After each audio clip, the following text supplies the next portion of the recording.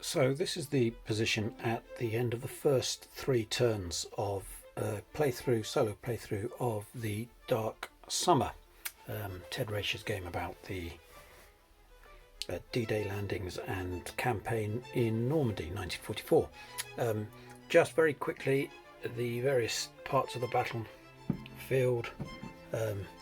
Over here in the Cotentin Peninsula, we can see the Americans beginning to push south. It's taking some time. The Germans have got quite a useful defence here. It's quite strong, and then we have this large area of bocage beginning to act as a buttress for the German defence.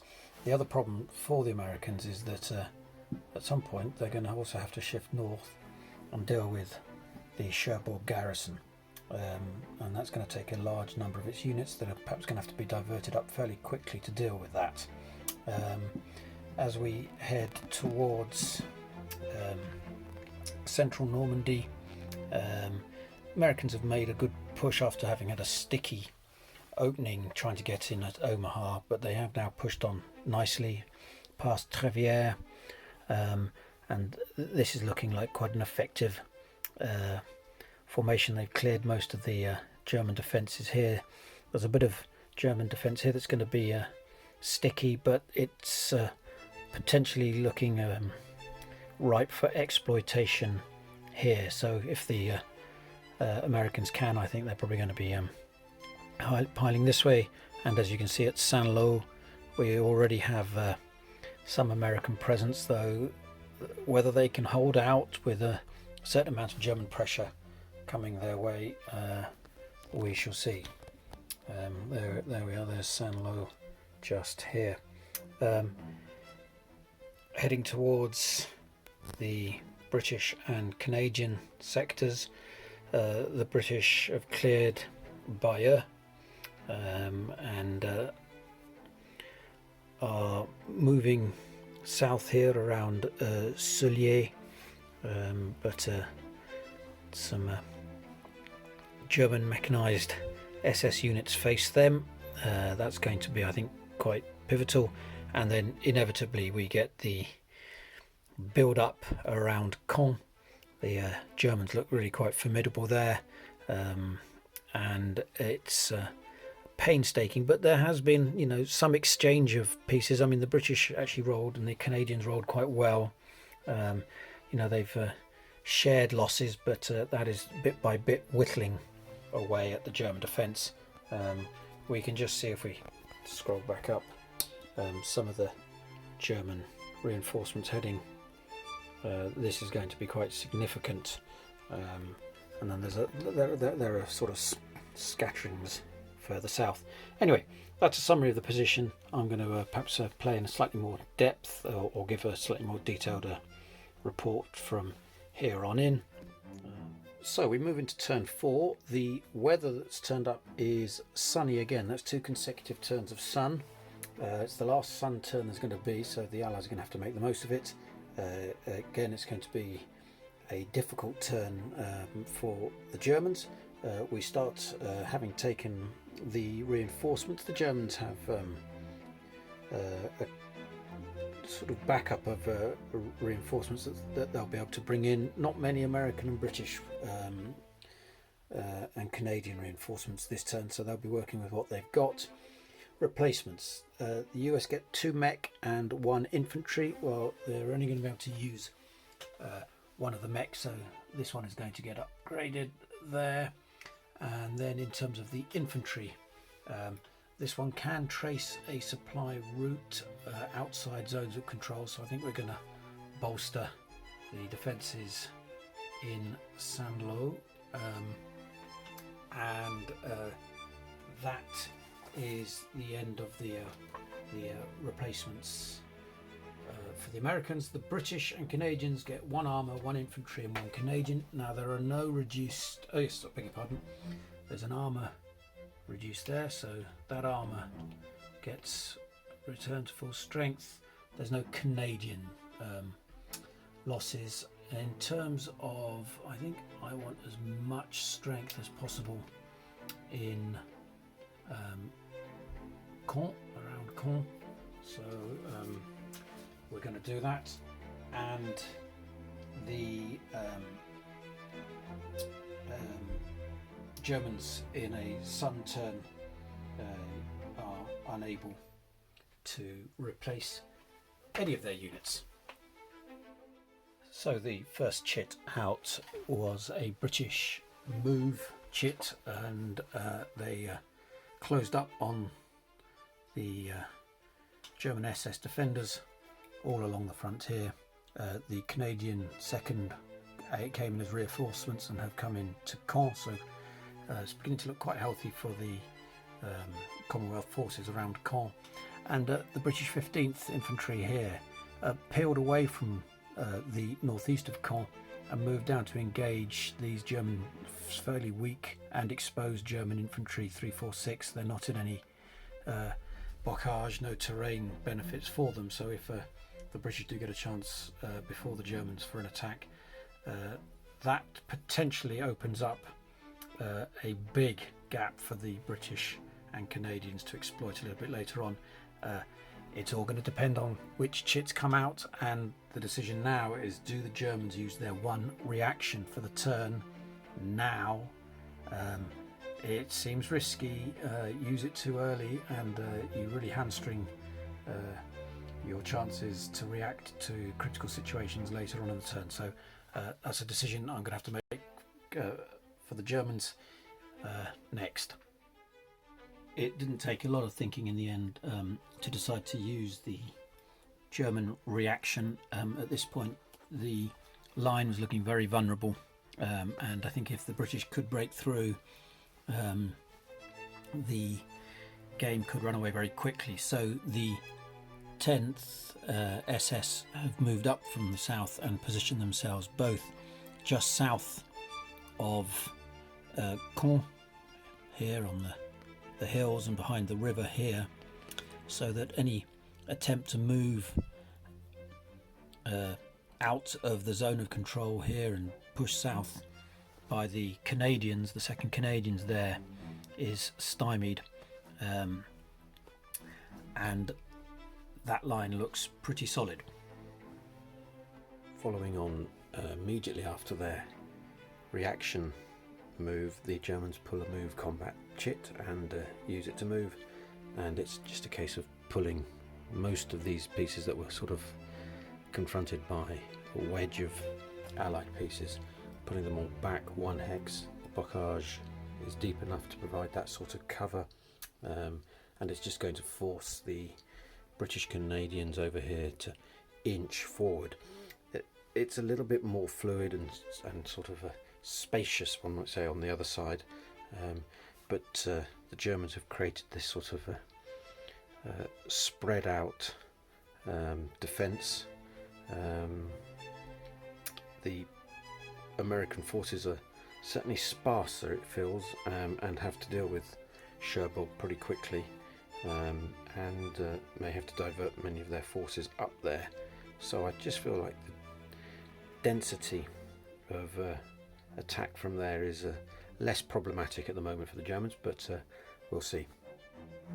So an American chit was drawn next, and actually quite a lot happened. The 3rd Armour came in as reinforcements, landed at Utah, and immediately headed up into Cherbourg, joined by a number of other pieces that's or divisions that has given the Americans enough, when a combat chit is drawn, to fight Cherbourg at 1-to-1 odds. Now that is a big risk, only brings a 50% chance of capturing Cherbourg and at some risk of significant losses, but I'm kind of slightly worried that time is starting to run out and I have to get Cherbourg cleared.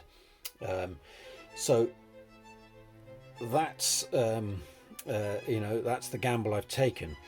Further south, fair bit of reorganisation, and there's going to be definite attempts to push and clear through here. These units, these German units holding up in the bocage there.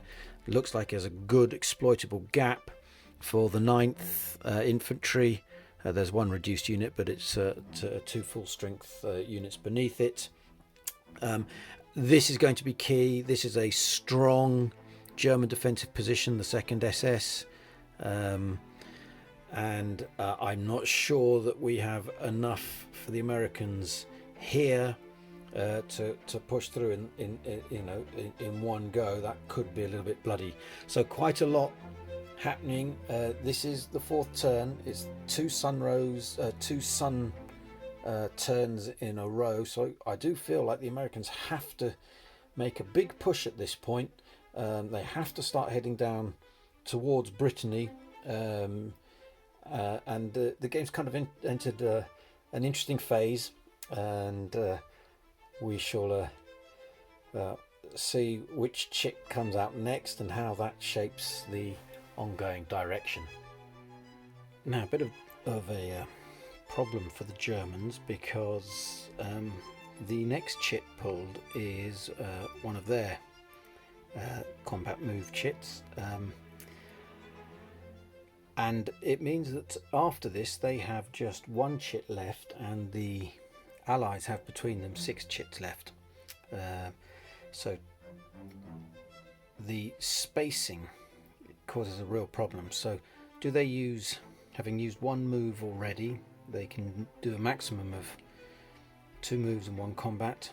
In fact, they have to do 2 moves and 1 combat in a storm, in the sun season, or in sunny weather. So do they use up their last chance to move now, and just, I suppose, pull a few pieces back here? But over in the British sector, they're kind of positioned as they want to be. I don't think that's sensible. I think they have to keep for themselves the option of reorganizing, so they have to take the combat option. But there's nowhere really where they are in a position, they have any strength to reliably or realistically take on the Allies. They can't afford to throw troops into battle which they may whittle away a few steps or a step here or there, but equally suffer as much damage themselves. So it's one of these really fascinating challenges that this game throws up, is just the order in which these chits are pulled out. Creates dilemmas that you can't anticipate and have to roll with. So anyway, I've decided to use this chit as a combat chit, but without instigating any combat. It is effectively a wasted turn for the Germans. The worst thing now would be if they pulled out as the next chit their move action, or their final chit, because that would force them to use it for move and then leave the Allies with 6 unanswered chits. So it's going to be, I think, a very difficult turn for them from here on in. Back to the British with a move chit, and so once again they close up on this sort of previously slowly retreating German line here,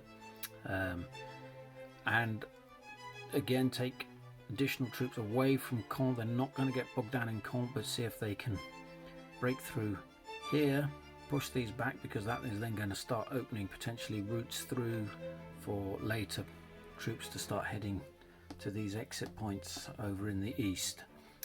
Similar here, if they can smash through here, then that again is going to open things up as well. That should be fairly straightforward. That's over here out in the far east, just there. So pivotal moments coming up in this turn. So we had the next chit come out was the Allied combat, straight after their movement. So they were in position, and it being a sun turn, they had the advantage of a 1-column shift because of a prepared offensive. The outcome has seen, as expected, the elimination of the unit here, so kind of a free pass now to go for British units to head out via Racier. Here, no loss, but well, a step loss and retreat. A retreat here of the SS unit there. So that hole is widened. No movement at all at Caen. The stalemate continued there. Here to the southwest of Caen, there was an exchange of steps. So these units have held, but they are now significantly weakened. Again, a retreat and loss of steps just to the northwest of Villers-Bocage, and here the Germans held on and in fact inflicted a step loss on the British there. So the German line just about holds. It wobbles, it creaks, and in one or two places it opens.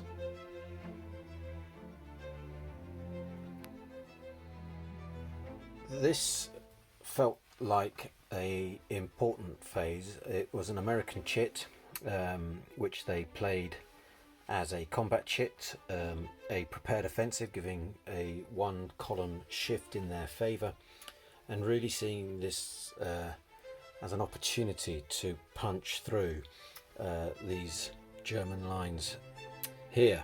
It began with a mandatory attack against Cherbourg because they had at least 1-to-1 odds. Excuse me. That didn't provide the outcome they hoped for, and the Germans held on, losing 5 steps. The Americans lost 3 in return. So there's going to be a revisiting of that in the next combat round. And then along the front here, an exchange of steps here. No progress here because the Bocage provided the Germans with protection from retreat. Similar here, despite a weak German unit, they withheld against the American 9th. This was a pivotal battle, one felt. Carpet bombing was brought in, but even then, that providing a 2-column shift, unable to lay a scratch on the German SS there. A German unit was a weak German unit was removed just up here, but would have been removed anyway because of being out of supply. And here a exchange of steps, again tactical air brought in, and you know, there is a chance, I suppose, that in the next combat phase these will be removed, but progress has been much slower than the Americans would have hoped. This was a pretty disastrous turn for the British. A British chit drawn and had to be used for combat, but no progress made. A swapping of steps here, and these 2 key battles, they rolled 2 1s with the Germans in Bocage. The retreat result there was ignored. No movement at all in Caen. That's the end of a sun turn. There were lots of advantages potentially for the British and the Canadians, but they couldn't take advantage against dogged German resistance. Just one correction that I had to make from the last American turn. The SS pieces here, which had initially, I thought, managed to hold their position in the Bocage. In fact, they did have to retreat because the Americans had used carpet bombing, which negated the impact of Bocage in terms of not requiring a retreat on a DR result. So these 2 SS units did have to retreat, and the Americans were able to creep forward. But all in all, it's been a pretty lackluster effort by the Allies in the last couple of turns, and the Germans are just about holding. So an American chit allows for some reorganization. The 8th infantry comes in as reinforcements and makes its way down to this key battle. And there's some movement here that puts these units out of supply. Their combat strength will be halved, and they will be at serious risk of attrition in the attrition phase if they can't do something about it. So actually, what the next chit is going to be important. It's either a German move, in which there may be the chance for an emergency withdrawal, or it's an American combat, and which comes out is going to be key for how this turn ends up. The Germans breathe a sigh of relief when their chit, their final chit of the turn, is next up, allowing them to move and just pull back all of these here, one hex, well, not all of them, but a number of them, just to force the Americans, if they want to use a combined action if they want to engage, which affects American odds. In some places, obviously there's no chance of moving because of the surrounding American zones of control. Happy to leave this piece over here in the British sector here in place with the protection of the bocage, otherwise potentially losing that, and in Caen fully entrenched, no intention of moving from there. So Germans making it as difficult as possible for the Allies to make any progress. A final American chit used for combat, and it's a grinding affair. Cherbourg falls up here, but the Americans take quite a lot of loss there. 7 steps lost, and all their units that were sent up to Cherbourg have been reduced. Down on the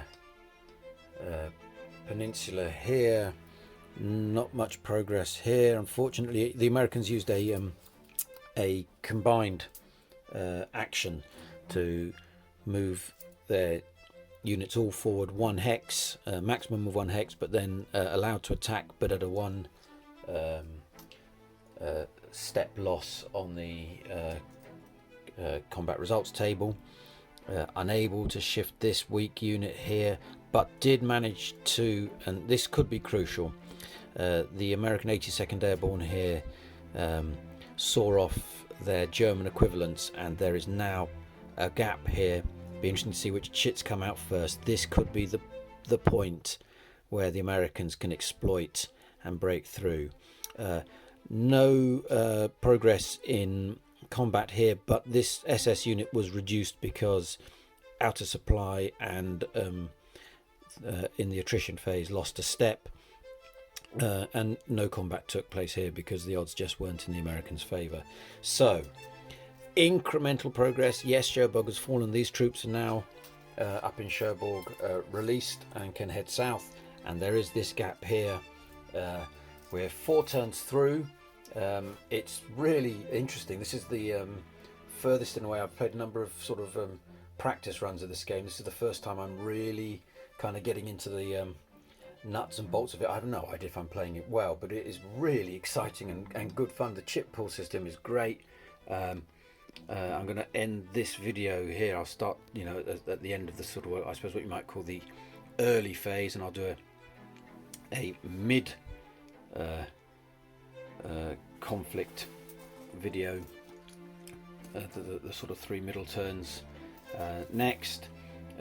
I love the way this map, and this is where these hex encounter games really kind of, I think, thrive. This very beautiful map, and the kind of the visual appeal of these 3D little piles, and as the lines shift, and those, visually it's just very, very appealing, and the story, the narrative is emerging.